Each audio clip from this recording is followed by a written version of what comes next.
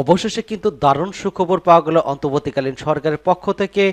নবম pay scale এবং মহার্ঘ ভাতা দাবির কিন্তু সমাধানের আশ্বাস দিয়েছেন প্রধান উপদেষ্টার পক্ষ থেকে। সেই সম্পর্কে আজকে ভিডিওতে থাকবে এবং আরও যেটা বলা হচ্ছে, মহার্ঘ ভাতা কার্যকরের পর বাতিল হয়ে যাবে ৫% বিশেষ প্রণোদনা এবং শিক্ষকদের যে দীর্ঘদিনের দাবি, শিক্ষকদের সর্বজনীন বদলি এবং শতভাগ উৎস ভাতার বিষয়ে একমত হয়েছেন শিক্ষা উপদেষ্টা। এই সম্পর্কে আজকে ভিডিওতে থাকবে। তো চলুন মূল আলোচনায়।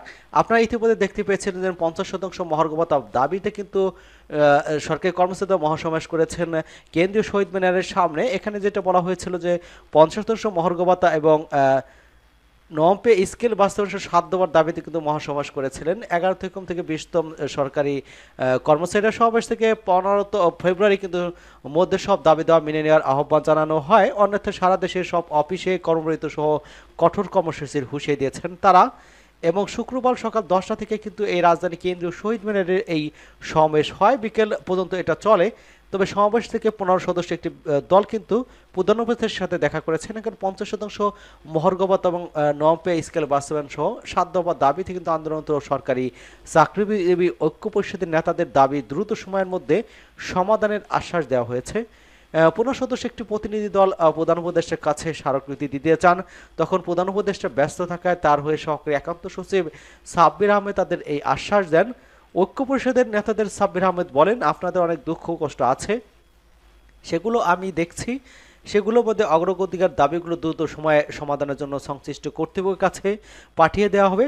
প্রধান উপদেষ্টার পিএস সাব্বির আহমেদ গণমাধ্যমকে বলেছেন, ১১তম থেকে ২০তম গ্রেডের কর্মকর্তা কর্মচারীদের একটি প্রতিনিধি দল প্রধান উপদেষ্টার কাছে স্মারকলিপি দিয়ে এসেছিল, কিন্তু তিনি রাষ্ট্রীয় কাজে ব্যস্ত থাকায় আমি তাদের পক্ষে কথা বলেছি। তাদের দাবি দেওয়া দ্রুত সময়ের মধ্যে সমাধান করতে সংশ্লিষ্ট মন্ত্রণালয়ের কাছে পাঠিয়ে দিয়েছি।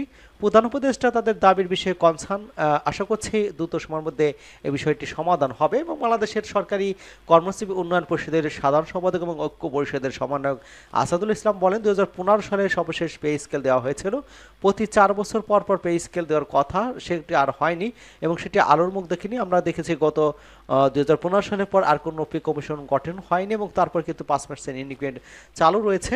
এবং সেই ইনক্রিমেন্ট কিন্তু এই যে মহার্ঘ ভাতা দেওয়া হবে, সেই মহার্ঘ ভাতার পরে কিন্তু এই 5% ইনক্রিমেন্ট সেটা কিন্তু আর থাকছে না। অর্থাৎ কর্মচারীদের মহার্ঘ ভাতা এর যে দেওয়া হবে সেটা তাদের বেশি হবে এবং কর্মকর্তার হার কিন্তু কম হবে, এমনটা কিন্তু জানানো হয়েছিল। এবং এই সংক্রান্ত একটা প্রস্তাবের খসড়া কিন্তু চূড়ান্ত করেছে অর্থ মন্ত্রণালয়, যা অনুমোদনের জন্য প্রধান উপদেষ্টার কাছে পাঠানো হবে।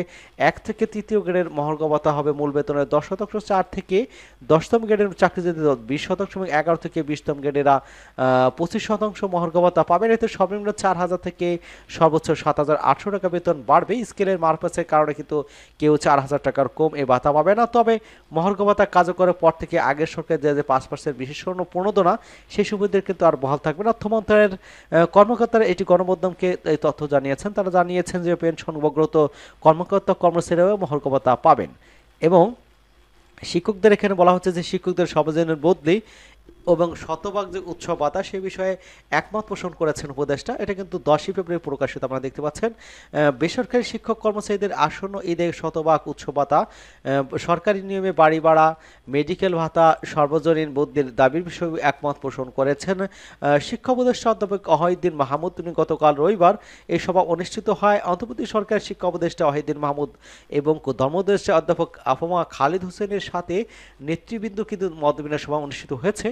সবাই বৈষম্য নিরসনে বেসরকারি শিক্ষক কর্মচারীদের আসন্ন ঈদে শতভাগ ভাতা, সরকারি নিয়মে বাড়ি ভাড়া, মেডিকেল ভাতা, সর্বজনীন বদলি, অবসর ৬ মাসের মধ্যে কিন্তু অবসর এবং কল্যাণ ট্রাস্টের অর্থ প্রদান, নবনিয়োগ শিক্ষা প্রতিষ্ঠান অন্তর্ভুক্তকরণ, ইফতিদি মাদ্রাসার নীতিমালা, জরুরি ব্যবস্থাপনা সহ বেশ কিছু দাবি নিয়ে কিন্তু আলোচনা করা হয়েছে।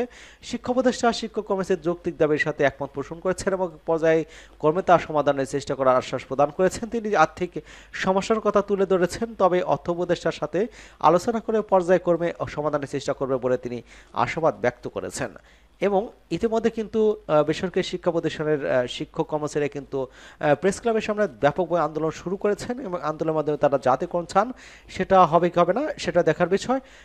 সবাইকে ধন্যবাদ জানাচ্ছি এবং আমাদের চ্যানেলকে যারা এখনও সাবস্ক্রাইব করেননি চ্যানেলটি সাবস্ক্রাইব করে আমাদের সাথেই থাকুন।